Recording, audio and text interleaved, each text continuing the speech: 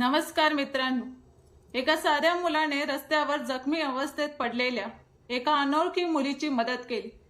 त्याला माहित नव्हतं की त्याचा तो एक निर्णय केवळ त्या मुलीचंच नव्हे तर त्याचं स्वतःचं आयुष्यही कायमचं बदलून टाकणार आहे. ती मुलगी नेमकी कोण होती, तिचा भूतकाळ कोणतं गूढ लपवून बसला होता आणि एका छोट्याशा मदतीतून सुरू झालेला हा प्रवास अखेर कोणत्या वळणावर जाऊन पोहोचला. माणुसकी, विश्वास, संघर्ष आणि नात्यांची ही हृदयस्पर्शी कथा शेवटपर्यंत नक्की ऐका. सकाळचे 9 वाजले होते. आकाशात हलके धुके पसरले होते आणि रस्त्यावर वाहनांची वर्दळ पूर्ण वेगाने सुरू झाली होती. अमोल आपल्या जुन्या मोटरसायकलवर बसून ऑफिसच्या दिशेने निघाला होता. त्याच्या खिशात महिन्याच्या शेवटचे थोडे पैसे उरले होते आणि मनात अनेक चिंता दाटून आल्या होत्या. वयाच्या अवघ्या 23व्या वर्षी तो एका खासगी कंपनीत छोटीशी नोकरी करत होता. भाड्याने घेतलेली एक छोटी खोली आणि गावात राहणाऱ्या वृद्ध आई वडिलांची जबाबदारी एवढेच अमोलचे संपूर्ण जग होते. पण या सगळ्या अडचणी असूनही त्याच्या चेहऱ्यावर नेहमी हलकेसे हास्य असायचे. त्याचा असा विश्वास होता की आयुष्य जे काही देते ते मनापासून स्वीकारावे आणि जेवढे शक्य होईल तेवढी दुसऱ्यांची मदत करावी. त्या सकाळीही अमोल स्वतःच्या विचारात हरवला होता. ऑफिसमध्ये त्या दिवशी एक महत्त्वाची बैठक होती आणि त्याला वेळेवर पोचायचे होते. त्याचा बॉस आधीच त्याच्यावर नाराज होता, कारण अमोल अनेकदा एखाद्या गरजू व्यक्तीच्या मदतीसाठी रस्त्यात थांबत असे आणि त्यामुळे त्याला ऑफिसला पोचायला उशीर होत असे. पण अमोलचा स्वभावच तसा होता. कोणालाही अडचणीत पाहून तो दुर्लक्ष करू शकत नव्हता किंवा तिथून पुढे जाऊ शकत नव्हता. हायवेवरून जात असताना त्याची मोटरसायकल एका मोठ्या वळणावर आली आणि त्याची नजर अचानक रस्त्याच्या अगदी कडेला खेळली. तिथे एक तरुणी बेशुद्ध अवस्थेत पडली होती. तिचे कपडे धूळ आणि रक्ताने माखलेले होते. तिचे केस विस्कटलेले होते आणि जवळच तिची पर्स पडलेली होती. जमिनीवर टायरच्या खोल खुणा स्पष्ट दिसत होत्या. त्या खुणा पाहून एखाद्या वाहनाने तिला धडक देऊन पळ काढल्याचे सहज लक्षात येत होते.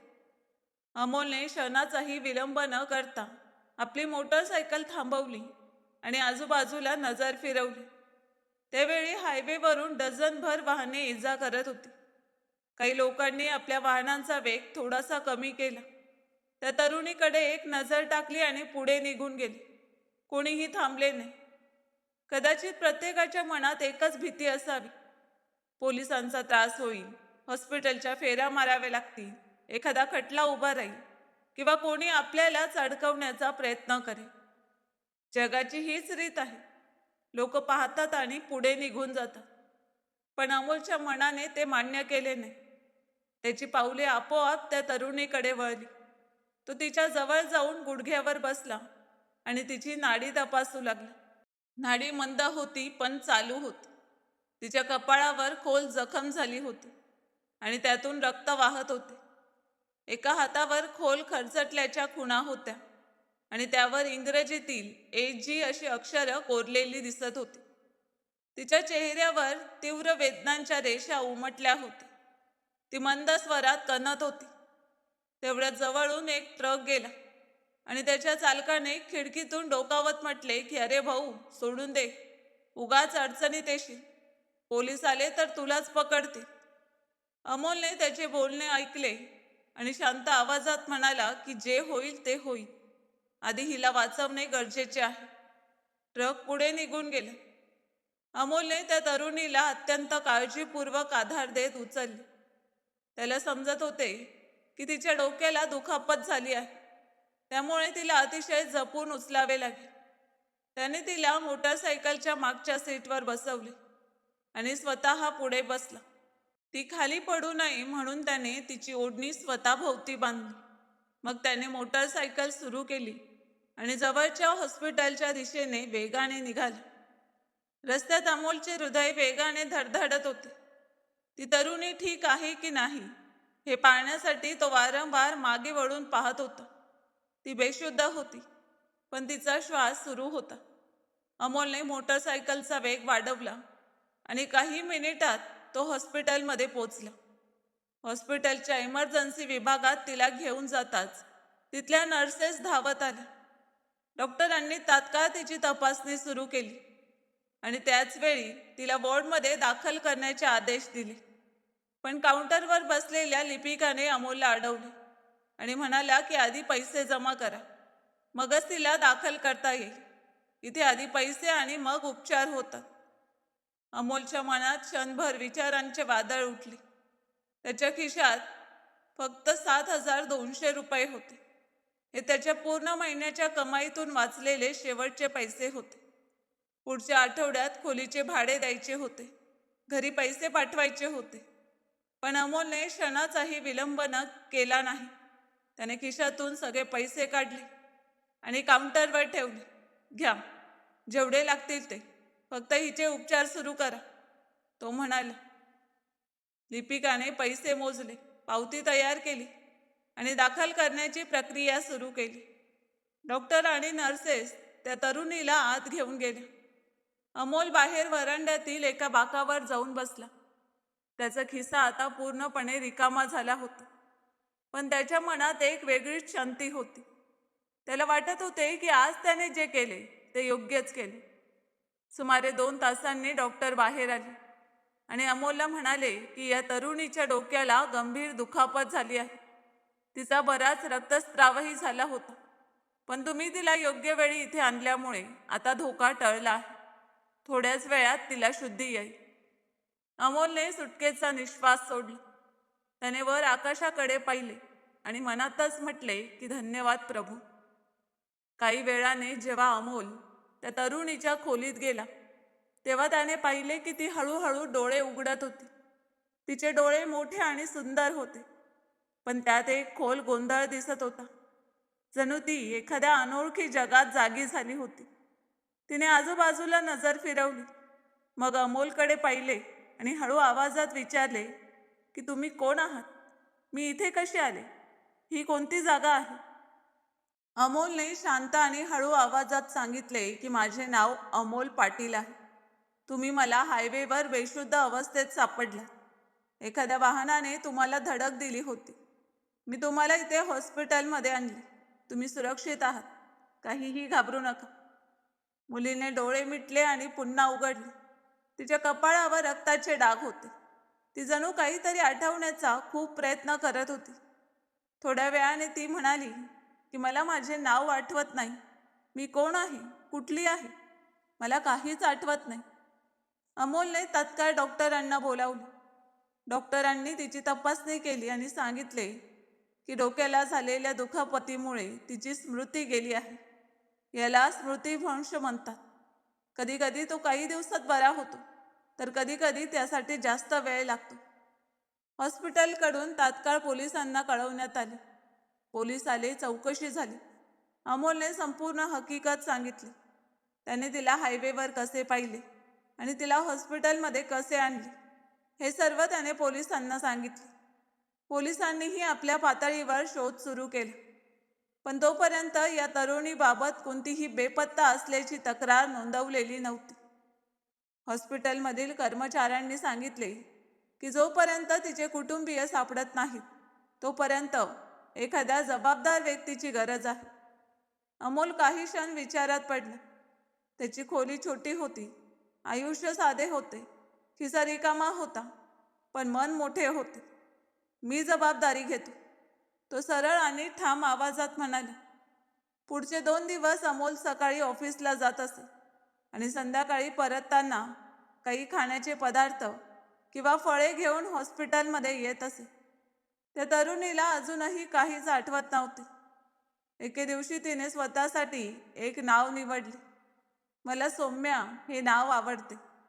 जोपर्यंत मला माझे खरे नाव आठवत नाही, तोपर्यंत तुम्ही मला सौम्या म्हणून हाक मारा. अमोल हसत म्हणाला की ठीक आहे सौम्या. सौम्याच्या हातात एक मौल्यवान घड्याळ होते. तिचे कपडे महागडे होते. तिच्या पर्समध्ये काही व्हिजिटिंग कार्ड्स होती, पण ती भिजल्यामुळे त्यावरील मजकूर वाचता येत नव्हता. हे सर्व पाहून असे वाटत होते की ती एखाद्या श्रीमंत आणि मोठ्या घरातील मुलगी असावी. पण सौम्याला स्वतःलाच याची कल्पना नव्हती. जेव्हा डॉक्टरांनी तिला हॉस्पिटलमधून डिस्चार्ज दिला तेव्हा एक नवीन समस्या समोर उभी राहिली. सौम्याला माहीत नव्हते की तिने कुठे जायचे. पोलिसांचा शोध अजूनही सुरू होता, पण तिचे कोणतेही कुटुंबीय समोर आले नव्हते. अमोलने आपल्या भाड्याच्या छोट्या खोलीकडे पाहिले. मग त्याने सौम्याकडे पाहिले. तुम्ही माझ्या घरी चला. जोपर्यंत तुम्हाला तुमचे घरचे सापडत नाहीत तोपर्यंत तुम्ही तिथे राहू शकता. खोली छोटी आहे, पण तुम्हाला कोणताही त्रास होणार नाही. सौम्याने एक क्षण अमोलच्या डोळ्यात पाहिले. तिथे कोणताही लोभ नव्हता, कोणताही वाईट हेतू नव्हता, फक्त खरी काळजी होती. काही गोष्टी मनाला न बोलताही समजतात. सौम्या हळूच म्हणाली की ठीक आहे. अमोलची खोली खरोखरच खूप छोटी होती. एक चारपाई, एक जुने टेबल, एक छोटे कपाट आणि स्वयंपाकासाठी एक छोटासा कोपरा. पण सगळे काही स्वच्छ आणि नीटनेटके होते. भिंतीवर एक फोटो लावलेला होता. त्या फोटोत अमोल आपल्या आई वडिलांसोबत उभा होता आणि तिघांच्याही चेहऱ्यावर मन मोकळे हास्य होते. सौम्याने तो फोटो पाहिला आणि तिच्या डोळ्यात अचानक पाणी आले. काय झालं? अमोलने विचारले. माहीत नाही, फक्त असं वाटलं की कोणाची तरी खूप आठवण येते आहे. एखादा चेहरा डोळ्यांसमोर येण्याचा प्रयत्न करतोय, पण स्पष्ट दिसत नाही. सौम्या थरथरत्या आवाजात म्हणाली. अमोल काहीच बोलला नाही. तो उठला आणि स्वयंपाकाच्या कोपऱ्यात जाऊन चहा बनवू लागला. थोड्या वेळाने दोघेही चहाचे घोट घेत शांत बसले होते. बाहेर शहराचा गोंगाट होता, पण त्या छोट्या खोलीत एक वेगळीच शांतता होती. ती अस्वस्थ करणारी नव्हती, उलट मनाला दिलासा देणारी होती. त्या रात्री अमोलने जमिनीवर आपली दरी अंथरली आणि सौम्याला चारपाईवर झोपायला दिली. पुढच्या सकाळी अमोलने सौम्याला चहा कसा बनवायचा ते शिकवले. सौम्याचे हात सुरुवातीला थरथरत होते. असे वाटत होते की जणू तिने यापूर्वी हे काम कधीच केले नव्हते. पण ती शिकत होती आणि हळूहळू तिच्या चेहऱ्यावर हसू उमटत होते. त्या छोट्या खोलीत त्या दिवसापासून एका नव्या कहाणीची सुरुवात झाली. दोन अनोळखी आयुष्य एकमेकांच्या जवळ आली आणि अशा वाटेवर चालू लागली ज्याबद्दल ना अमोलला काही माहीत होते ना सौम्याला. फक्त एक गोष्ट स्पष्ट होती की अडचणीच्या वेळी दुसऱ्याची मदत करणारा माणूस कधी चुकीचा असू शकत नाही. आणि ज्या मनात माणुसकी असते ते मन नेहमी योग्य मार्गच निवडते. सकाळची पहिली किरण जेव्हा अमोलच्या छोट्या खोलीच्या खिडकीतून आत आली तेव्हा सौम्या आधीच जागी झाली होती. ती चारपाईवर बसून खिडकीतून बाहेर पाहत होती. रस्त्यावर दूधवाला जात होता. एखादा वृद्ध फिरायला बाहेर पडला होता.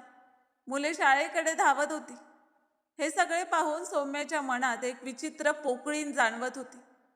ही दुनिया तिला ओळखीची वाटत होती, पण तरीही अनोळखी भासत होती. जणू एखादे पुस्तक वाचलेले असावे, त्याची कहाणी आठवत असावी, पण त्यातील स्वतःचे पात्रच विसरले असावे. अमोल जमिनीवर अंथरून झोपला होता. त्याची झोप हलकी होती. सौम्या जागी झाल्याची चाहूल लागताच तोही उठला आणि म्हणाला की झोप लागली नाही का?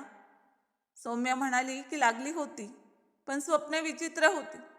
काही चेहरे दिसत होते, पण त्यांना ओळखता येत नव्हते.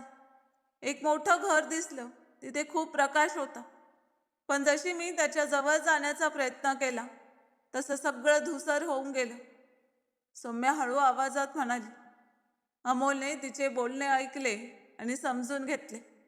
त्याने जास्त काही बोलले नाही, कारण त्याला माहीत होते की शब्दांपेक्षा वेळ अधिक महत्त्वाचा असतो. सौम्याला एकटेपणा वाटू नये म्हणून तो म्हणाला की चल चहा बनवूया. काल मी शिकवले होते, आज तू बनव. सौम्या सुरुवातीला थोडी संकोचली. मग ती उठून स्वयंपाकाच्या कोपऱ्यात गेली. तिने गॅस पेटवला, भांड्यात पाणी घातले आणि चहापत्ती टाकली. अमोल बाजूला उभा राहून तिला सांगत होता की किती चहापत्ती घालायची, दूध कधी घालायचे, आले कधी टाकायचे आणि चहा कधी उतरवायचा. जेव्हा चहा तयार झाला तेव्हा सौम्याच्या चेहऱ्यावर खरा आनंद उमटला. ती छोटीशी गोष्ट होती, पण तिच्यासाठी ती मोठी उपलब्धी होती. मी बनवला, ती आश्चर्याने म्हणाली. आणि खूप छान बनला आहे. अमोल चहाचा घोट घेत म्हणाला. अमोल हसला. ते हास्य पूर्णपणे खरे होते. त्यात कोणताही दिखावा नव्हता. त्या दिवसापासून अमोलची दिनचर्या थोडी बदलली.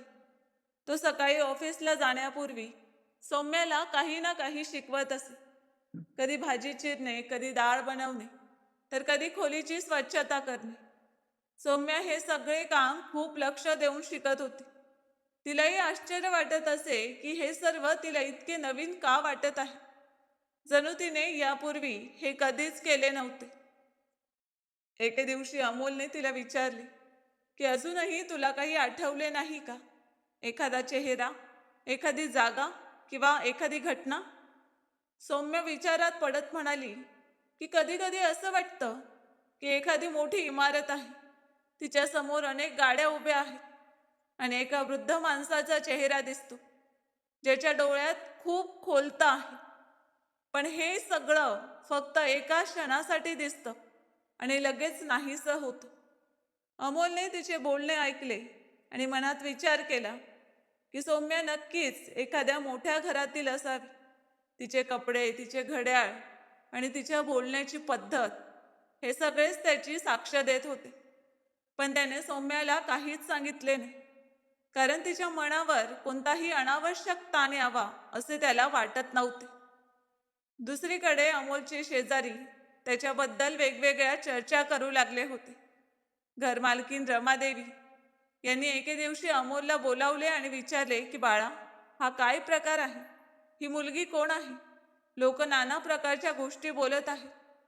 अमोलने शांतपणे त्यांना सगळी हकीकत सांगितली. रमादेवींनी सर्व ऐकून घेतले आणि त्यांच्या डोळ्यात पाणी आले. तू खूप चांगले काम केलेस बाळा, पण जग खूप लवकर गैरसमज करून घेते. जरा जपून राहा, त्या म्हणाल्या. अमोल म्हणाला की आंटी, जे योग्य आहे ते करायलाच हवे. जग काय विचार करते हे माझ्या हातात नाही. रमादेवी त्याच्याकडे पाहतच राहिल्या. त्यांना जाणवले की हा मुलगा खरोखरच वेगळा आहे. एक आठवडा उलटला. सौम्या आता हळूहळू त्या छोट्या खोलीत रुळत चालली होती. तिने खोलीची स्वच्छता स्वतःच्या जबाबदारीवर घेतली होती. ती सकाळी उठून झाडू लावत असे, चहा बनवत असे आणि अमोल ऑफिसला जाण्यापूर्वी त्याचा टिफिन तयार करण्याचा प्रयत्न करत असे. सुरुवातीला तिचे जेवण थोडे वेगळे बनत असे, पण अमोल कधीच तक्रार करत नसे. तो नेहमी हसून म्हणत असे की छान बनवला आहे. एके दिवशी सौम्याने विचारलं, तुम्ही खोटं बोलता ना? जेवण इतकं चांगलं बनलं नव्हतं. अमोल हसला आणि म्हणाला की ठीकच बनलं होतं. पुढच्या वेळी अजून चांगलं बनेल. शिकायला वेळ लागतो. सौम्याने त्याच्याकडे पाहिले. तिला समजत नव्हते की हा माणूस इतका संयमी कसा आहे, इतका साधा कसा आहे. तिला वाटत होते की कदाचित तिच्या स्वतःच्या जगात लोक इतके साधे नसतील. त्याच आठवड्यात एका संध्याकाळी अमोल ऑफिसमधून थकून परतला. त्याच्या चेहऱ्यावरची काळजी स्पष्ट दिसत होती. सौम्याने ते पाहिले आणि त्याच्यासाठी चहा बनवून आणला. काय झालं? सौम्याने विचारलं. अमोलने एक दीर्घ श्वास घेतला आणि म्हणाला की आज बॉसने खूप सुनावलं. म्हणाला की गेल्या आठवड्यात ज्या दिवशी महत्वाची बैठक होती त्या दिवशी मी उशिरा पोचलो होतो. नोकरीवरून काढून टाकण्याची धमकी देत होता. सौम्याला अचानक आठवले की ज्या दिवशी अमोलने तिला वाचवले होते त्या दिवशी तो त्याच बैठकीसाठी निघाला होता. हे सगळं माझ्यामुळे झालं, सौम्या हळू आवाजात म्हणाली. तिच्या डोळ्यात पाणी आले. अमोलने ताबडतोब म्हटले की नाही, असा काहीही विचार करू नकोस. मी जे केलं ते माझ्या स्वतःच्या इच्छेने केलं, तुझ्यामुळे नाही, माझ्यामुळे. आणि त्याबद्दल मला अजिबात पश्चाताप नाही.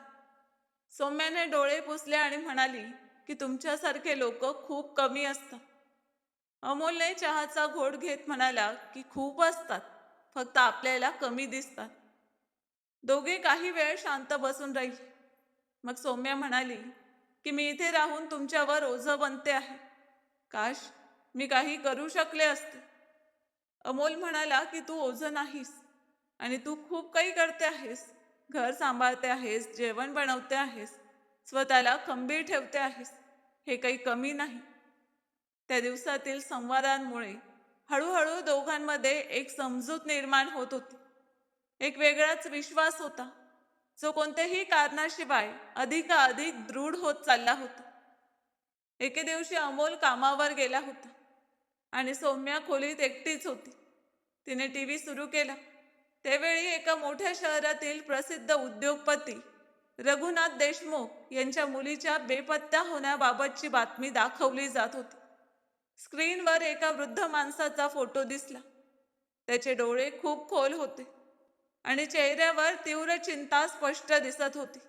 सौम्याची नजर त्या फोटोवर खेळली. तिचे हृदय अचानक जोराने धडधडू लागले.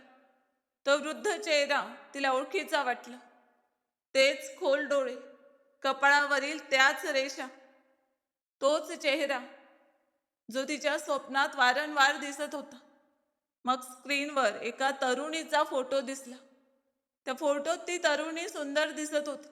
तिने महागडे कपडे घातले होते आणि ती हसत होती. सौम्याने तो फोटो पाहिला आणि तिचे हात थरथरू लागले. त्या फोटोतली मुलगी दुसरी कोणी नसून ती स्वतःच होती. त्याच क्षणी जणू आठवणींचा बांध फुटला. एका मागून एक आठवणी परत येऊ लागली. एक मोठं आलिशान घर, प्रशस्त दालन, नोकर चाकर, वडिलांचा प्रेमळ आवाज आणि तिचं खरं नाव, जे ती इतके दिवस विसरून गेली होती. तिचं खरं नाव सौम्या नव्हतं. ती सुमेधा देशमुख होती. शहरातील सर्वात मोठे उद्योगपती रघुनाथ देशमुख यांची एकुलती एक मुलगी सुमेधा. तिच्या डोळ्यातून अश्रू वाहू लागले. तिच्या मनात एकाच वेळी असंख्य विचारांची गर्दी झाली होती. वडिलांची आठवण, स्वतःचे घर, स्वतःचे आयुष्य आणि त्याचबरोबर या छोट्या खोलीची ऊब. अमोलचा साधेपणा, तो चहा, ती झाडलोट, तो टिफिन. तेवढ्या दारावर टकटक झाली. शेजारचे एक मूल काहीतरी मागण्यासाठी आले होते. सुमेधाने घाईघाईने डोळे पुसले आणि दार उघडले. मुलाला जे हवे होते ते दिले आणि दार बंद केले. त्यानंतर ती पुन्हा टीव्ही समोर जाऊन बसली. बातमी अजूनही सुरू होती. पोलीस तिचा शोध घेत असल्याचे सांगितले जात होते. रघुनाथ देशमुख यांनी मोठ्या बक्षिसाची घोषणा केली होती आणि संपूर्ण कुटुंब अतिशय व्यथित असल्याचेही सांगितले जात होते. सुमेधाने रिमोट बाजूला ठेवला आणि दोन्ही हातात चेहरा लपवला. तिला माहीत होते की आता तिला अमोलला सर्व काही सांगावे लागेल. तिला हेही माहीत होते की आता तिला आपल्या वडिलांकडे परत जावे लागेल. पण तिच्या मनात एक विचित्र अस्वस्थता होती. या छोट्या खोलीत ज्या शांततेचा अनुभव तिला मिळाला होता, तो तिच्या मोठ्या घरात मिळेल का? त्या साध्या आयुष्यात जी खरी माणुसकी होती, ती तिच्या झगमगत्या जगात असेल का? आणि अमोलसारखा माणूस, जो कोणत्याही स्वार्थाशिवाय दुसऱ्याची मदत करतो, तो त्या जगात सापडेल का? असे अनेक प्रश्न तिच्या मनात घोळत होते. तेवढ्यात अमोल ऑफिसमधून परतला. त्याने पाहिले की सुमेधाचे डोळे सुजलेले आहेत आणि ती कसल्या तरी विचारात हरवली आहे. काय झालं? सगळं ठीक आहे ना? अमोलने विचारले. सुमेधाने एक दीर्घ श्वास घेतला. तिने अमोलच्या डोळ्यात पाहिले. त्या डोळ्यात तिला पहिल्या दिवसापासून दिसणारी तीच प्रामाणिकता आणि तीच माणुसकी दिसत होती. अमोल, मला मला तुमच्याशी एक महत्त्वाची गोष्ट बोलायची आहे, ती हळू आवाजात म्हणाली. अमोल बसला. त्याच्या चेहऱ्यावर शांत भाव होते. सांगा, काय गोष्ट आहे? त्याने विचारले. सुमेधाने टीव्ही सुरू केला आणि त्याच बातमीचे चॅनल लावले. बातमी पुन्हा सुरू होती. अमोलने बातमीकडे पाहिले. त्याची नजर प्रथम बातमीवर गेली, मग स्क्रीनवर दिसणाऱ्या त्या मुलीच्या फोटोवर आणि नंतर सुमेधाच्या चेहऱ्यावर. त्याला सर्व समजले. काही क्षण दोघांमध्ये शांतता पसरली. मग अमोल हळू आवाजात म्हणाला की तुला सगळं आठवलं? सुमेधाने होकारार्थी मान हलवली. अमोलने क्षणभर डोळे मिटले. त्याच्या मनात नेमके काय सुरू होते हे त्याच्या चेहऱ्यावरून ओळखता येत नव्हते. पण जेव्हा त्याने डोळे उघडले तेव्हा त्याच्या चेहऱ्यावर मनापासूनचा आनंद दिसत होता. ही खूप चांगली गोष्ट आहे. तुझे वडील खूप व्यथित असतील. उद्या सकाळी आपण पोलीस स्टेशनला जाऊ आणि त्यांना सर्व सांगू, अमोल म्हणाला. सुमेधाने त्याच्याकडे पाहिले. तिला वाटले होते की कदाचित अमोल दुःखी होईल, कदाचित काहीतरी वेगळे बोले. पण अमोलच्या मनात सर्वप्रथम तिच्या वडिलांच्या दुःखाचा विचार आला होता. सुमेधाच्या डोळ्यात पुन्हा अश्रू आले. तुम्ही खरोखरच खूप चांगले माणूस आहात अमोल, ती म्हणाली. अमोल हलक्या स्वरात म्हणाला की चांगलं माणूस असणं ही काही फार मोठी गोष्ट नाही. योग्य वेळी योग्य काम करता आलं पाहिजे, एवढंच. त्या रात्री दोघांनी एकत्र जेवण केले. बोलणे कमी झाले होते, पण जे काही बोलले गेले ते मनापासून होते. सुमेधाने तिला परत आलेल्या सगळ्या आठवणी अमोलला सांगितल्या. अमोलने त्या सगळ्या गोष्टी शांतपणे आणि लक्षपूर्वक ऐकून घेतल्या. झोपण्यापूर्वी सुमेधाने त्या छोट्या खोलीकडे एकदा चारही बाजूंनी नजर फिरवली. त्या खोलीत कोणतीही महागडी वस्तू नव्हती, पण तिथे एक वेगळीच शांतता होती, जी कदाचित पैशांनी विकत घेता येत नाही. तिला माहिती होते की उद्यापासून तिचे आयुष्य पुन्हा बदलणार आहे, पण तिला हेही माहिती होते की या छोट्या खोलीत घालवलेले दिवस ती कधीच विसरणार नाही आणि अमोललाही विसरू शकणार नाही. पुढच्या सकाळी अमोल लवकर उठला. त्याने पोलीस स्टेशनला फोन करून सांगितले की जी मुलगी बेपत्ता झाली आहे ती त्याच्याकडे आहे आणि ती पूर्णपणे सुरक्षित आहे. पोलीस स्टेशनमध्ये ही बातमी पोहोचताच एकच खळबळ उडाली. अवघ्या अर्ध्या तासात 2 पोलीस अधिकारी अमोलच्या खोलीवर पोचले. त्यांनी सुमेधाला पाहिले, तिची ओळख निश्चित केली आणि तात्काळ रघुनाथ देशमुख यांना ही बातमी कळवली. बातमी मिळताच रघुनाथ देशमुख यांचा संपूर्ण ताफा त्या छोट्या गल्लीत येऊन पोचला. मोठमोठ्या गाड्या, सुरक्षा रक्षक, नोकर आणि स्वतः रघुनाथ देशमुखही आले होते. ते वृद्ध गृहस्थ ज्यांच्या डोळ्यात विलक्षणता होती आणि चेहऱ्यावर नेहमीच एक दरारा असायचा, पण त्या दिवशी त्यांच्या डोळ्यात फक्त अश्रू होते. जशीच त्यांनी सुमेधाला पाहिले तसे ते धावतच तिच्या जवळ गेले आणि तिला घट्ट मिठी मारली. मुली, तू ठीक आहेस ना? मला माफ कर, मी तुझं रक्षण करू शकलो नाही. रघुनाथ देशमुख यांचा आवाज थरथरत होता. सुमेधानेही त्यांना घट्ट मिठी मारली आणि रडू लागली. काही वेळ तिथे फक्त रडण्याचाच आवाज घुमत होता. अमोल एका बाजूला शांतपणे उभा होता. त्याला मनापासून समाधान वाटत होते. त्याने जे केले होते त्याचा परिणाम आज त्याच्या डोळ्यांसमोर होता. हरवलेली मुलगी पुन्हा आपल्या वडिलांना मिळाली होती. काही वेळाने रघुनाथ देशमुख यांनी अमोलकडे पाहिले. त्यांच्यासोबत आलेल्या एका माणसाने त्यांना सांगितले की हाच तो तरुण आहे ज्याने सुमेधाचा जीव वाचवला. रघुनाथ देशमुख अमोल जवळ आले. त्यांनी त्याच्याकडे वरपासून खालपर्यंत पाहिले. छोटी भाड्याची खोली, साधे कपडे आणि साधा स्वभाव. तू माझ्या मुलीचा जीव वाचवला, त्यांनी विचारले. मी फक्त तेच केलं जे त्या वेळी करणं गरजेचं होतं, अमोलने सरळ उत्तर दिलं. रघुनाथ देशमुख काही क्षण अमोलच्या डोळ्यात पाहत राहिले. त्यानंतर त्यांनी आपल्या खिशातून एक जाड लिफाफा काढला आणि अमोलकडे पुढे केला. हे घे, तू जे केलं आहेस त्याच्या बदल्यात हा फार छोटासा मानधन समज. अमोलने त्या लिफाफ्याकडे पाहिले, पण त्याने हात पुढे केला नाही. माफ करा, मी हे पैशांसाठी केले नव्हते, त्यामुळे मी हे पैसे घेऊ शकत नाही, तो शांतपणे म्हणाला. रघुनाथ देशमुख आश्चर्यचकित झाले. त्यांच्या आजूबाजूला उभे असलेले लोकही अवाक झाले.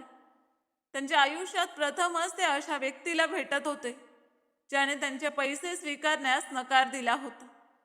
किमान तुझे खर्चाचे पैसे तरी घे, रघुनाथ देशमुख म्हणाले. अमोल काही क्षण विचारात पडला आणि मग म्हणाला की ठीक आहे, तेवढे पैसे मी घेईन, पण त्यापेक्षा जास्त काहीही नाही. सुमेधा हे सगळं शांतपणे पाहत होती. अमोलबद्दल तिच्या मनात जे भाव निर्माण झाले होते ते आता आणखी खोल आणि दृढ झाले होते. रघुनाथ देशमुख यांनी अमोलला 7,200 रुपये दिले. मग ते म्हणाले की बाळा, तुला जेव्हा वाटेल तेव्हा आमच्याकडे येऊ शकतोस. आमच्या घरात तुझे नेहमी स्वागत असेल. अमोलने हात जोडले आणि धन्यवाद म्हटले. थोड्या वेळाने रघुनाथ देशमुख यांचा संपूर्ण ताफा त्या गल्लीतून निघून गेला.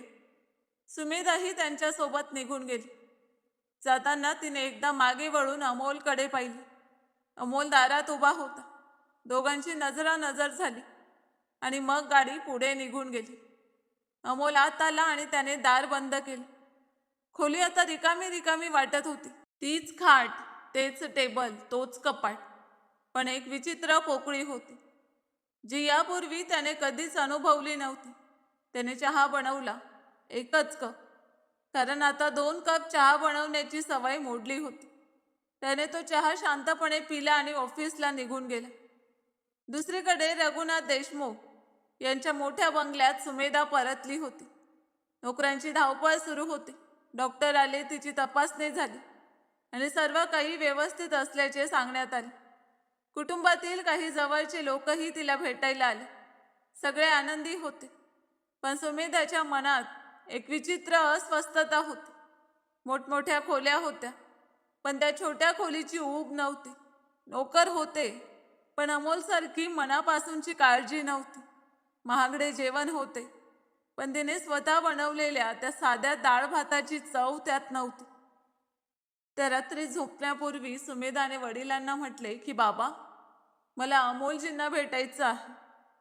रघुनाथ देशमुख यांनी तिचे बोलणे ऐकले. त्यांच्या चेहऱ्यावर क्षणभर गंभीर भाव उमटले. उद्या पाहू बाळा, आता तू विश्रांती घे, ते म्हणाले. पण सुमेधाला माहीत होते की ही गोष्ट इथेच थांबणार नव्हती. दुसऱ्या दिवशी पोलिसांनी अपघाताची चौकशी अधिक वेगाने सुरू केली. CCTV फुटेज तपासण्यात आले. हायवेवरील कॅमेऱ्यांची रेकॉर्डिंग पाहण्यात आली. त्यामध्ये स्पष्ट दिसत होते की अमोलने आपली बाईक कशी थांबवली, तो सुमेधाजवळ कसा गेला आणि तिला कशा प्रकारे मदत केली. हे फुटेज पाहिल्यानंतर पोलिसांनी स्पष्टपणे सांगितले की अमोलवर कोणताही संशय नाही. तो पूर्णपणे निर्दोष आहे आणि त्याने अत्यंत चांगले काम केले आहे. ही बातमी वर्तमानपत्रात प्रसिद्ध झाली. एका साध्या नोकरी करणाऱ्या तरुणाने एका श्रीमंत उद्योगपतीच्या मुलीचा जीव वाचवला आणि त्या बदल्यात काहीही अपेक्षा ठेवली नाही. लोकांनी ही बातमी वाचली आणि अमोलचे कौतुक केले. अमोलच्या ऑफिसमध्येही ही बातमी पोहोचली. जो बॉस काही दिवसांपूर्वी त्याला सुनावत होता, तोच आता त्याच्या पाठीवर कौतुकाची थाप मारत होता. जे सहकारी पूर्वी त्याच्याशी फारसे बोलत नव्हते, ते आता त्याच्याशी बोलण्यासाठी पुढे येत होते. पण अमोल या सगळ्यापासून दूरच राहिला. त्याने कोणत्याही वर्तमानपत्राला मुलाखत दिली नाही, कोणासमोर स्वतःची स्तुतीही केली नाही. एक आठवडा उलटला. एका संध्याकाळी अमोल ऑफिसमधून परत येत होता. तेव्हा त्याने पाहिले की त्याच्या गल्लीबाहेर एक मोठी काळी गाडी उभी आहे. त्याने त्याकडे फारसे लक्ष दिले नाही आणि तो आत जाण्यासाठी पुढे निघाला. तेवढ्यात मागून आवाज झाला, अमोल. तो आवाज त्याच्या ओळखीचा होता. त्याने मागे वळून पाहिले. सुमेधा तिथे उभी होती. तिने आकर्षक कपडे घातले होते आणि तिच्या बाजूला एक सुरक्षा रक्षक उभा होता. अमोल आश्चर्यचकित झाला. तुम्ही इथे? सगळं ठीक आहे ना, त्याने विचारले. सुमेधा हसत म्हणाली की सगळं ठीक आहे, फक्त तुमची भेट घ्यायची होती. दोघे अमोलच्या खोलीत आले. सुमेधा खोलीत शिरताच तिने चारही बाजूंनी एक नजर फिरवली. सगळं तसंच होतं. तीच खाट, तेच टेबल, तेच भिंतीवर टांगलेले फोटो. मी इथे खूप काही शिकले, सुमेधा म्हणाली. अमोल म्हणाला की तू स्वतः शिकलीस, मी तर फक्त मार्गदर्शन केलं होतं. सुमेधा हसली. मग तिच्या चेहऱ्यावर गंभीर भाव आले. अमोल, मी तुमचे आभार मानण्यासाठी आले नाही. आभार तर मी आयुष्यभर मानले तरी कमीच पडतील. मी फक्त एवढंच सांगायला आले आहे की तुमच्यासारख्या माणसाला मी आयुष्यात पहिल्यांदाच भेटले आहे आणि मला वाटतं ही भेट इथेच संपायला नको. अमोलने तिचे बोलणे शांतपणे ऐकून घेतले. तिला नेमकं काय म्हणायचं आहे हे त्याला समजत होतं, पण त्याने थेट काही उत्तर दिले नाही. तू आता तुझ्या वडिलांकडे लक्ष दे, ते खूप व्यथित झाले असतील, आणि स्वतःची काळजी घे, अमोल म्हणाला. सुमेधाने त्याच्याकडे पाहिले. तुम्हाला समजतंय ना मी काय म्हणते आहे, तिने विचारले. समजतंय, पण आपली जगं खूप वेगळी आहेत सुमेधा. तुम्ही खूप मोठ्या घरातून आहात आणि मी एक साधा माणूस आहे, अमोल म्हणाले. सुमेधा म्हणाली की जगं वेगळी असू शकतात, पण माणसं वेगळी नसतात. आणि तुम्ही साधे नाही आहात. साधा माणूस एखाद्या अनोळखी व्यक्तीसाठी आपली शेवटची जमापुंजी खर्च करत नाही. अमोल शांत राहील. सुमेधा पुन्हा म्हणाली की मला तुमच्याशी मैत्री करायची आहे, फक्त एवढंच. अमोल काही क्षण विचारात पडला आणि मग हसत म्हणाला की मैत्री तर नक्कीच होऊ शकते. सुमेधाच्या चेहऱ्यावर आनंद खुलला. त्या दिवसापासून सुमेधा वारंवार अमोलला भेटायला येऊ लागली.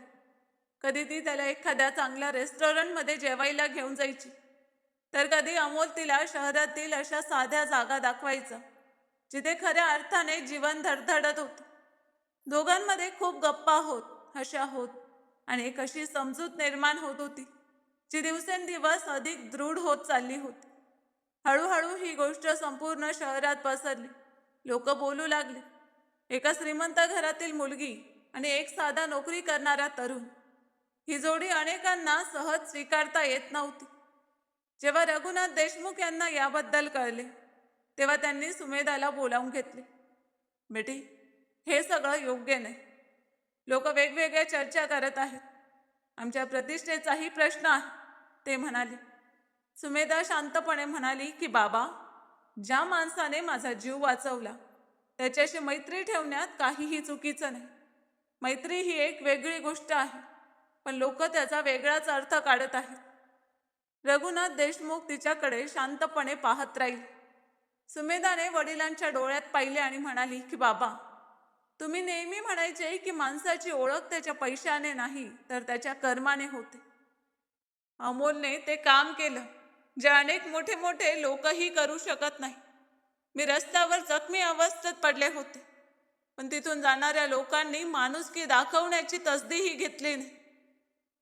ते फक्त तमाशा पाहत होते आणि पुढे निघून जात होते. पण अमोलजींनी इतकी मोठी माणुसकी दाखवली, मग ते लहान कसे ठरतील? रघुनाथ देशमुख यांच्याकडे यावर कोणतेही उत्तर नव्हते. ते शांत राहिले, पण सुमेधाचे शब्द त्यांच्या मनात खोलवर घर करून गेले. काही दिवसांनी त्यांना आणखी एक बातमी मिळाली, ज्यामुळे सगळेच हादरून गेले. पोलिसांच्या चौकशीत समोर आले की सुमेधाचा अपघात हा साधा अपघात नव्हता. तो मुद्दाम घडवून आणला गेला होता. ज्या गाडीने सुमेधाला धडक दिली होती, ती गाडी रघुनाथ देशमुख यांच्या जुन्या व्यावसायिक प्रतिस्पर्ध्याच्या माणसांची होती.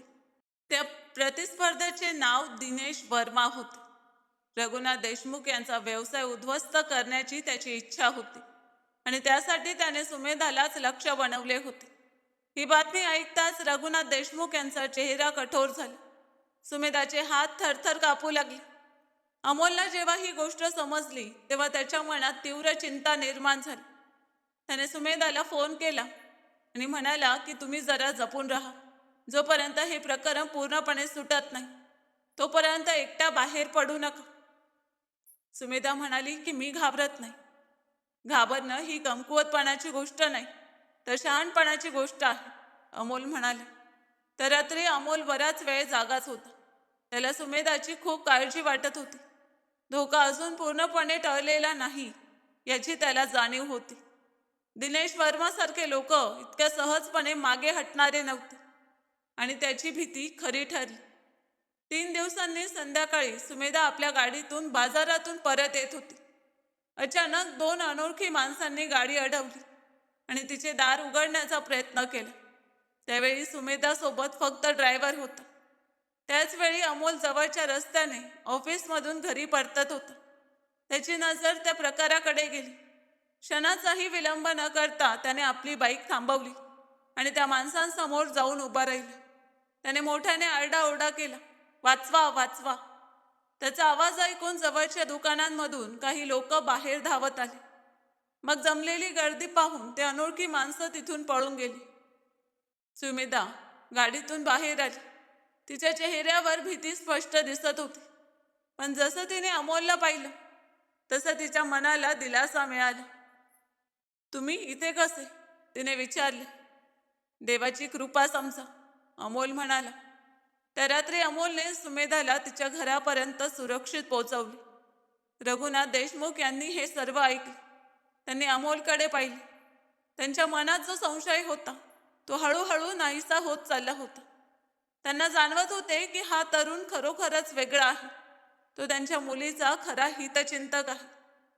त्या रात्री रघुनाथ देशमुख यांच्या बंगल्यात बराच वेळ चर्चा सुरू होती. पोलीस अधिकारी आले होते, घरचे वकील आले होते आणि रघुनाथ देशमुख यांचे काही जवळचे सहकारीही उपस्थित होते. सर्वांनी मिळून दिनेश वर्मा विरुद्ध पुढील योजना आखली. पोलिसांनी आश्वासन दिले की त्याला लवकरच अटक केली जाईल. अमोल त्या रात्री उशिरापर्यंत तिथेच थांबला होता. तो कोणत्याही मोठ्या बैठकीत सहभागी नव्हता. तो बाहेरच्या वरांड्यात एका खुर्चीवर शांतपणे बसला होता. रघुनाथ देशमुख यांच्या एका नोकराने त्याला चहा आणून दिला.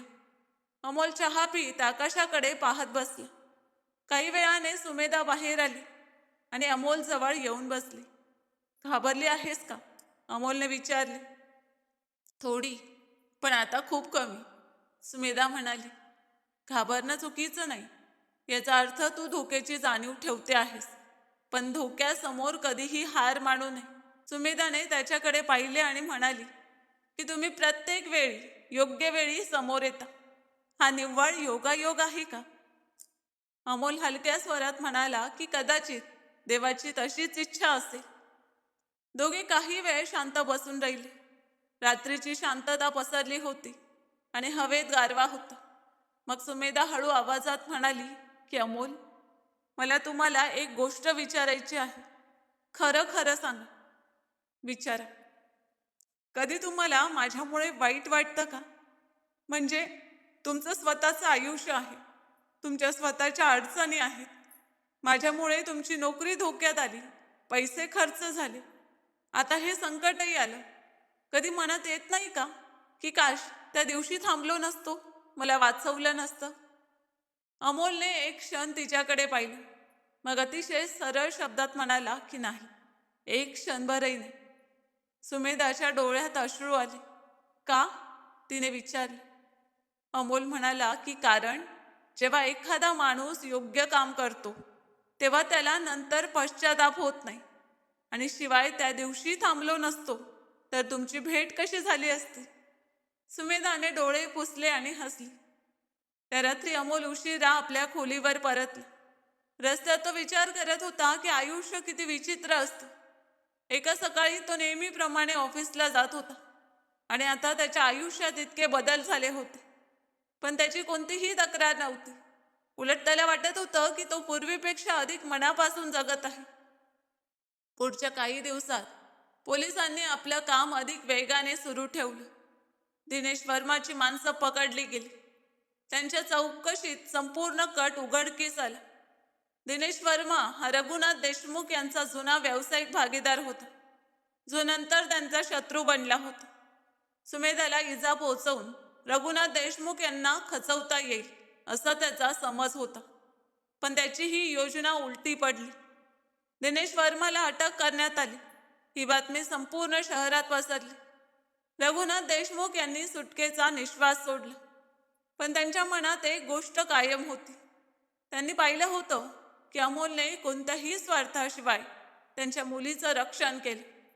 प्रथम अपघाताच्या वेळी आणि नंतर बाजारातील त्या प्रसंगात. दोन्ही वेळा अमोल तिथे होता आणि दोन्ही वेळा तो मागे हटला नव्हता. एके दिवशी रघुनाथ देशमुख यांनी अमोलला आपल्या ऑफिसमध्ये बोलावलं. अमोल तिथे पोचला तेव्हा त्याने पाहिलं की रघुनाथ देशमुख यांचं ऑफिस खूप मोठं आणि भव्य होतं. मोठमोठ्या खिडक्या, उंच छत, भिंतीवर लावलेले अनेक पुरस्कार आणि फोटो.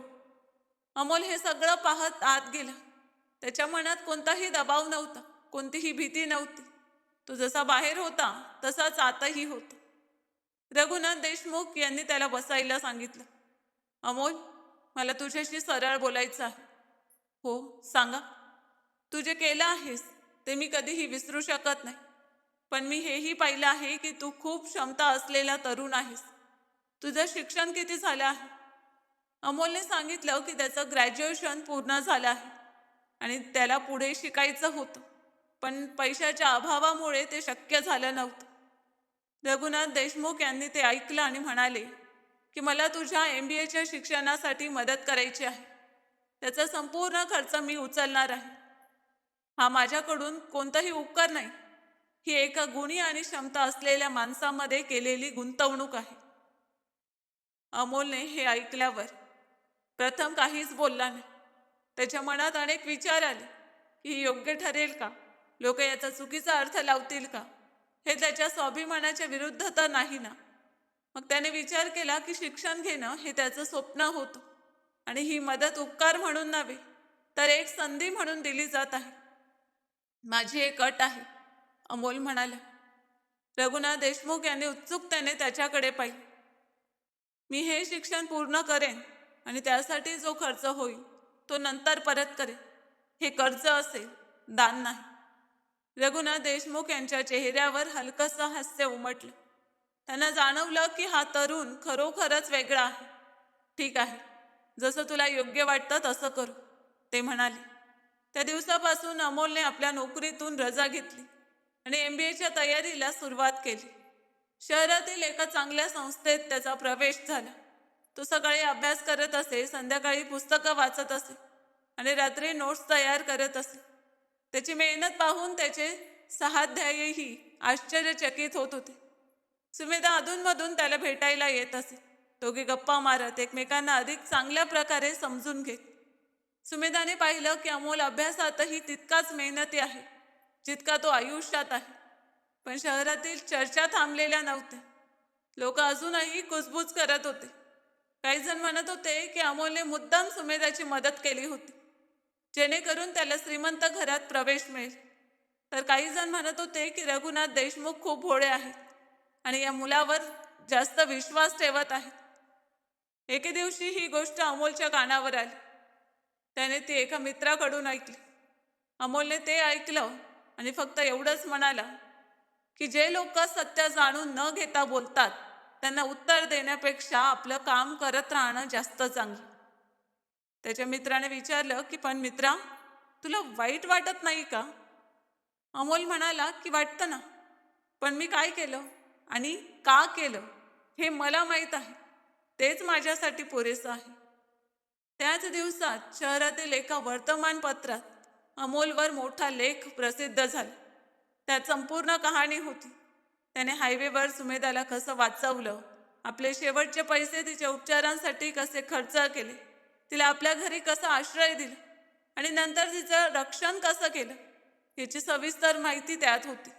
त्यासोबत CCTV फुटेजचाही उल्लेख करण्यात आला होता, ज्यात हे सर्व स्पष्टपणे दिसत होतं. तो लेख वाचल्यानंतर शहरातील लोकांची मतं बदलू लागली. जे लोक चुकीचा विचार करत होते ते शांत झाले आणि जे योग्य विचार करत होते त्यांचा आवाज अधिक ठाम झाला. शहरातील एका सामाजिक संस्थेने अमोलचा सन्मान करण्याचा निर्णय घेतला. त्यांनी एक छोटासा कार्यक्रम आयोजित केला आणि अमोलच्या धाडसाचा गौरव करण्याची घोषणा केली. जेव्हा अमोलला हे समजलं तेव्हा त्याने सुरुवातीला नकार दिला की मी कोणतंही मोठं काम केलेलं नाही, जे करणं आवश्यक होतं तेच केलं. पण त्याचे मित्र आणि सुमेधाने त्याला समजावलं की हा सन्मान फक्त त्याच्यासाठी नाही, तो त्या सर्व लोकांसाठी आहे जे योग्य काम करण्यास घाबरतात. अमोलची गोष्ट पाहून इतरांनाही योग्य वेळी पुढे जाण्याची प्रेरणा मिळू शकते. शेवटी अमोलने ते मान्य केलं. कार्यक्रमाच्या दिवशी त्या हॉलमध्ये खूप लोक जमले होते. रघुनाथ देशमुखही आले होते आणि सुमेधाही. अमोलचे आई वडीलही शहरात आले होते. जेव्हा अमोलने आपल्या आईला पाहिलं तेव्हा त्याच्या डोळ्यात अश्रू आले. आईने त्याला मिठी मारली आणि म्हणाली की बाळा, मला तुझा खूप अभिमान वाटतो. वडिलांनी त्याच्या खांद्यावर हात ठेवला आणि म्हणाले की आम्ही तुला गरिबीत वाढवलं पण चांगले संस्कार दिले. आज वाटतं की आमचे प्रयत्न सार्थकी लागले. अमोलच्या डोळ्यातून अश्रू वाहू लागले. जेव्हा त्याला सन्मानित करण्यात आलं तेव्हा अमोलने अतिशय थोडक्यात म्हटलं की हा सन्मान माझ्या आई वडिलांचा आहे. त्यांनी मला शिकवलं की माणसाची ओळख त्याच्या संपत्तीने नाही तर त्याच्या कर्माने होते. आणि हा त्या सर्व लोकांसाठी आहे जे एखाद्या गरजू व्यक्तीला पाहून मदतीसाठी थांबू इच्छितात पण घाबरतात. घाबरू नका, थांबा. माणुसकी कधीही वाया जात नाही. संपूर्ण हॉल टाळ्यांच्या कडकडाटाने दुमदुमून गेला. त्या कार्यक्रमात रघुनाथ देशमुख एका कोपऱ्यात उभे राहून अमोलकडे पाहत होते. त्यांच्या मनात अनेक भावना दाटून आल्या होत्या. त्यांनी आपल्या संपूर्ण आयुष्यात पैसा कमवला, व्यवसाय वाढवला आणि नाव कमावलं. पण आज त्यांना पहिल्यांदाच जाणवलं की खरा सन्मान म्हणजे काय असतो. कार्यक्रमानंतर सुमेधा अमोल जवळ आली. तुम्ही खूप छान बोललात. मी फक्त खरं बोललो, अमोल हसत म्हणाली. सुमेधा हळू आवाजात म्हणाली की अमोल, बाबा तुमच्याशी पुन्हा एकदा भेटू इच्छिता. उद्या संध्याकाळी घरी या. अमोलने विचारलं की का, सगळं ठीक आहे ना? सुमेधा हसली आणि म्हणाली की सगळं अगदी व्यवस्थित आहे. उद्या नक्की या. अमोलने होकार दिला, पण त्याच्या मनात उत्सुकता निर्माण झाली होती. रघुनाथ देशमुख त्याला काय सांगू इच्छित होते. त्या रात्री अमोल आपल्या खोलीत बसला होता. त्याच्या हातात MBAचं पुस्तक होतं, पण त्याचं लक्ष मात्र दुसरीकडेच होतं. तो विचार करत होता की काही महिन्यांपूर्वी त्याचं आयुष्य किती साधं आणि सरळ होतं. एक छोटी नोकरी, एक छोटी खोली आणि पुढे कोणतंही मोठं स्वप्न नव्हतं. पण त्या एका सकाळी सर्व काही बदललं. एखाद्याची मदत केल्याने स्वतःचे आयुष्य इतके बदलू शकते. शिक्षणाची संधी मिळू शकते, खरी मैत्री मिळू शकते आणि अशी ओळख मिळू शकते जी पैशांनी विकत घेता येत नाही. याचा त्याने कधीही विचार केला नव्हता. त्याने पुस्तक बंद केले आणि झोपण्यासाठी आडवा झाला. उद्या काय होईल हे त्याला माहीत नव्हते, पण त्याला याची खात्री होती की जे काही होईल ते चांगलेच होईल. कारण जेव्हा हेतू स्पष्ट असतो तेव्हा वाटा आपोआप खुल्या होतात. त्याने डोळे मिटले आणि त्याला लगेच झोप लागली. मनात कोणताही कलुष नसलेल्या माणसाला जशी शांत आणि गाढ झोप लागते, तशी झोप त्यालाही लागली. बाहेर संपूर्ण शहर झोपले होते, पण एका नव्या सकाळची चाहूल लागली होती, जी अमोलच्या आयुष्यात एक नवे वळण घेऊन येणार होते. पुढच्या संध्याकाळी अमोलने आपले कपडे नीटनेटके केले, केस विंचरले आणि रघुनाथ देशमुख यांच्या बंगल्याकडे निघाले. वाटेत त्याच्या मनात अनेक प्रश्न होते. रघुनाथ देशमुख यांनी का बोलावले असेल? काही नवीन गोष्ट आहे का? काही अडचण तर नाही ना? पण त्याने त्या विचारांना जास्त महत्त्व दिले नाही. जे काही असेल ते समोर येईल हे त्याला माहीत होते. तो बंगल्याच्या फाटकाजवळ पोचला तेव्हा गार्डने कोणताही प्रश्न न विचारता फाटक उघडले. जणू त्याचीच वाट पाहिली जात होती. आत गेल्यावर त्याने पाहिले की बागेत खुर्च्या मांडलेल्या होत्या. रघुनाथ देशमुख तिथे बसले होते आणि सुमेधाही त्यांच्या जवळ होती. रघुनाथ देशमुख यांनी अमोलला येताना पाहिले आणि ते उठून उभे राहिले. ही गोष्ट अमोलसाठी आश्चर्याची होती, कारण रघुनाथ देशमुखांसारखा मोठा माणूस कोणासाठी सहज उभा राहत नसे. ये बेटा बस, ते प्रेमाने म्हणाले. अमोल बसला. एक नोकर चहा घेऊन आला. काही वेळ हवामान, शहरातील घडामोडी आणि इतर साध्यासुध्या विषयांवर गप्पा झाल्या. मग रघुनाथ देशमुख यांनी एक दीर्घ श्वास घेतला आणि थेट मुद्द्यावर आले. अमोल, मला तुला एक गोष्ट विचारायची आहे आणि मला त्याचे अगदी खरं उत्तर हवं आहे. हो, विचारा. सुमेधाबद्दल तुझ्या मनात काय आहे? हे ऐकताच अमोलच्या मनात हालचाल झाली. हा प्रश्न एक दिवस समोर येणारच याची त्याला जाणीव होती. त्याने क्षणभर नजर खाली केली आणि मग रघुनाथ देशमुख यांच्या डोळ्यात पाहत स्पष्टपणे म्हणाला की मी सुमेधाजींचा खूप आदर करतो. त्यांच्यासोबत वेळ घालवताना मला खूप छान वाटतं. त्यांची समज, त्यांचा प्रामाणिकपणा आणि त्यांचं खंबीर व्यक्तिमत्व मला खूप आवडतं. पण मला हेही माहीत आहे की आमच्या दोघांचं जग खूप वेगळं आहे. म्हणूनच मी कधीही काही बोललो नाही आणि मला हेही नको होतं की कोणाला असं वाटावं की मी केलेली मदत कोणत्याही स्वार्थासाठी होती. रघुनाथ देशमुख यांनी त्याचे बोलणे लक्षपूर्वक ऐकले. मग त्यांनी सुमेधाकडे पाहिले. सुमेधा म्हणाली की बाबा, मीही तुम्हाला हेच सांगितलं होतं. अमोलने कधीही काही मागितलं नाही, ना पैसे, ना प्रसिद्धी, ना दुसरं काही. त्यांनी फक्त दिलं आहे, घेतलं काहीच नाही. रघुनाथ देशमुख काही क्षण शांत राहिले. त्यांच्या चेहऱ्यावर गंभीर भाव होते. जणू ते मनात एखादा महत्वाचा निर्णय घेत होते. मग त्यांनी अमोलकडे पाहिले आणि म्हणाले की बेटा, मी आयुष्यभर माणसं ओळखण्याचं काम केलं आहे. व्यवसायात, नातेसंबंधात आणि प्रत्येक क्षेत्रात मी असे श्रीमंत लोक पाहिले आहेत ज्यांची मनं गरीब होती, आणि असे गरीब लोकही पाहिले आहेत ज्यांची मनं खूप श्रीमंत होती. तू त्या दुसऱ्या प्रकारातील माणूस आहेस. अमोल शांतपणे ऐकत होता. सुरुवातीला मला भीती वाटत होती की समाज काय म्हणेल, लोक काय विचार करतील, असे अनेक विचार माझ्या मनात होते. पण जेव्हा मी पाहिलं की तू 2 वेळा माझ्या मुलीचं रक्षण केलंस, तेही कोणत्याही अपेक्षेशिवाय आणि कोणत्याही स्वार्थाशिवाय, तेव्हा माझ्या मनातील सगळ्या शंका दूर झाल्या. रघुनाथ देशमुख क्षणभर थांबले आणि मग म्हणाले की बेटा, तू माझ्या मुलीचं नातं स्वीकारशील का? माझा अर्थ, तू सुमेधाशी लग्न करशील का? अमोलचा श्वास क्षणभर अडखळला. त्याने सुमेधाकडे पाहिले. सुमेधाची नजर त्याच्यावर स्थिर होती. त्या डोळ्यात कोणताही प्रश्न नव्हता, फक्त एक शांत प्रतीक्षा होती. अमोलने रघुनाथ देशमुखांकडे पाहिले आणि म्हटले की मला सुमेधा खूप आवडतात, पण एक गोष्ट सांगायची आहे. मी सध्या शिक्षण घेत आहे. MBA पूर्ण होण्यासाठी अजून 1 वर्ष लागेल. मला आधी स्वतःच्या पायावर उभं राहायचं आहे, स्वतःची ओळख निर्माण करायची आहे. त्यानंतर जर तुम्हाला आणि सुमेधालाही योग्य वाटलं तर मी या नात्यासाठी तयार आहे. पण अशा प्रकारे नाही की लोक म्हणतील मी तुमच्या पैशांमुळे तुमचा जावई झालो.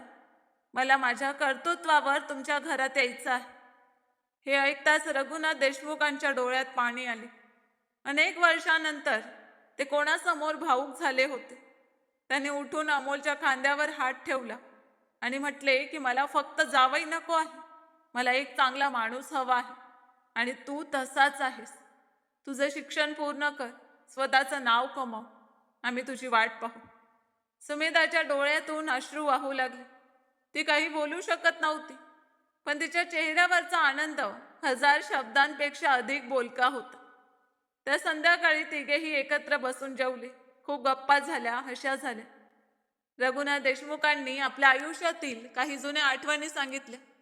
अमोलने आपल्या आई वडिलांविषयी सांगितले. सुमेधाही मधून मधून बोलत होती आणि तिघेही मन मोकळेपणाने हसत होते. त्या संध्याकाळी त्या मोठ्या बंगल्यात एक वेगळीच ऊब जाणवत होती, जी यापूर्वी कधीच नव्हती. जणू त्या घरात काहीतरी नवीन आणि सुंदर आलं होतं. त्यानंतरचं 1 वर्ष अमोलसाठी खूप मेहनतीचं ठरलं. तो सकाळी लवकर उठत असे, तासनतास अभ्यास करत असे, प्रकल्प तयार करत असे आणि परीक्षा देत असे. त्याच्यासोबत शिकणारी अनेक श्रीमंत घरातील मुलं महागड्या गाड्यांमधून येत असत, पण अमोल आपल्या जुन्या मोटरसायकलवर येत असे आणि वर्गात समोरच्या बाकावर बसून पूर्ण लक्ष देऊन अभ्यास करत असे. एके दिवशी त्याच्या एका प्राध्यापकांनी त्याला थांबवून म्हटले की अमोल, मी खूप विद्यार्थी पाहिले आहेत, पण तुझ्यासारखी शिकण्याची जिद्द फार कमी लोकांमध्ये पाहायला मिळते. अमोल हसत म्हणाला की सर, जेव्हा संधी उशिरा मिळते ना, तेव्हा तिला पूर्ण ताकदीने पकडावं लागतं. त्या दिवसात सुमेधाही आपल्या वडिलांच्या व्यवसायात सक्रियपणे हातभार लावू लागली होती. तिनेही खूप काही शिकले होते. त्या छोट्याशा खोलीत घालवलेल्या दिवसांनी तिला पूर्णपणे बदलून टाकले होते. ती पूर्वीपेक्षा अधिक जमिनीशी जोडली गेली होती. तिला समजलं होतं की पैसा म्हणजेच सर्व काही नसतं. ती आणि अमोल आठवड्यातून एकदा भेटत असत, कधी एखाद्या बागेत, तर कधी एखाद्या साध्या ढाब्यावर, जिथे अमोल तिला घेऊन जात असे. सुमेधाला त्या ढाब्यावरचा चहा रघुनाथ देशमुखांच्या बंगल्यात मिळणाऱ्या महागड्या चहापेक्षाही जास्त आवडत असे. एके दिवशी त्या ढाब्यावर बसून सुमेधा म्हणाली की अमोल, तुम्ही मला खूप काही शिकवलं आहे. मी काय शिकवलं? फक्त चहा बनवायला आणि डाळ शिजवायला, अमोल हसत म्हणाला. सुमेधाही हसली आणि म्हणाली की नाही, तुम्ही मला शिकवलं की साधेपणातही आनंद असतो. माणसाची खरी ओळख त्याच्या पैशांनी नव्हे, तर त्याच्या मनाने होते. अडचणींमध्येही हसत जगता येतो. अमोलने तिचं बोलणं ऐकलं, चहाचा घोट घेतला आणि म्हणाला की आणि तू मला शिकवलं की मोठ्या घरातही मोठं मन असू शकतं. दोघेही हसले. 1 वर्षानंतर अमोलने MBA पूर्ण केलं. त्याचे गुण इतके उत्कृष्ट होते की संस्थेने त्याला उत्कृष्ट विद्यार्थी पुरस्कार देऊन सन्मानित केले. त्या कार्यक्रमाला रघुनाथ देशमुख आणि सुमेधा दोघेही उपस्थित होते. अमोलचे आई वडीलही आले होते.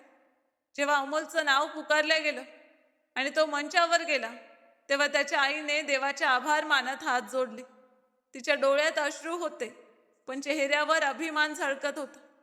अमोलने मंचावरून खाली आपल्या आई वडिलांकडे पाहिलं, मग सुमेधाकडे आणि रघुनाथ देशमुखांकडे पाहिलं. त्याचे डोळे पाणावले. त्याने माईक समोर उभं राहून म्हटलं की हा पुरस्कार त्या सकाळीसाठी आहे, ज्या दिवशी मी ऑफिसला जात होतो आणि रस्त्यात मला एक असं आयुष्य भेटलं ज्याने माझं स्वतःचं आयुष्य बदलून टाकलं. कधी कधी एक योग्य निर्णय संपूर्ण आयुष्याची दिशा बदलून टाकतो. त्या दिवशी मी माझी मोटरसायकल थांबवली होती आणि त्याच दिवसापासून माझ्या आयुष्याचा खरा प्रवास सुरू झाला. संपूर्ण हॉल टाळ्यांच्या कडकडाटाने दुमदुमून गेला. काही आठवड्यानंतर रघुनाथ देशमुखांनी अमोलला आपल्या कंपनीत एका जबाबदारीच्या पदावर नेमलं. मात्र त्यात कोणताही उपकार नव्हता. रघुनाथ देशमुखांनी संपूर्ण बोर्डासमोर स्पष्टपणे सांगितलं की अमोलला हे पद त्याच्या गुणवत्तेमुळे मिळालं आहे आणि अमोलने आपल्या कामातून ते सिद्धही करून दाखवलं. त्याने कंपनीत अनेक सकारात्मक बदल घडवून आणले, ज्यामुळे व्यवसाय अधिक प्रगती करू लागला.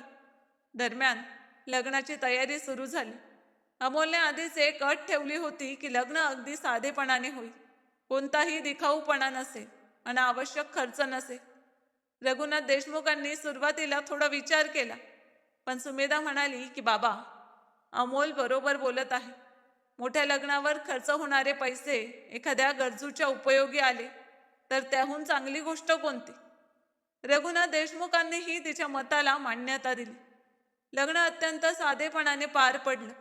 जवळची माणसं उपस्थित होती. खरा आनंद होता, खरी माणुसकी होती. अमोलचे आई वडीलही तिथे होते. त्यांच्या चेहऱ्यावर आनंद असा होता जो जगातील कोणत्याही पैशाने विकत घेता येणार नव्हता.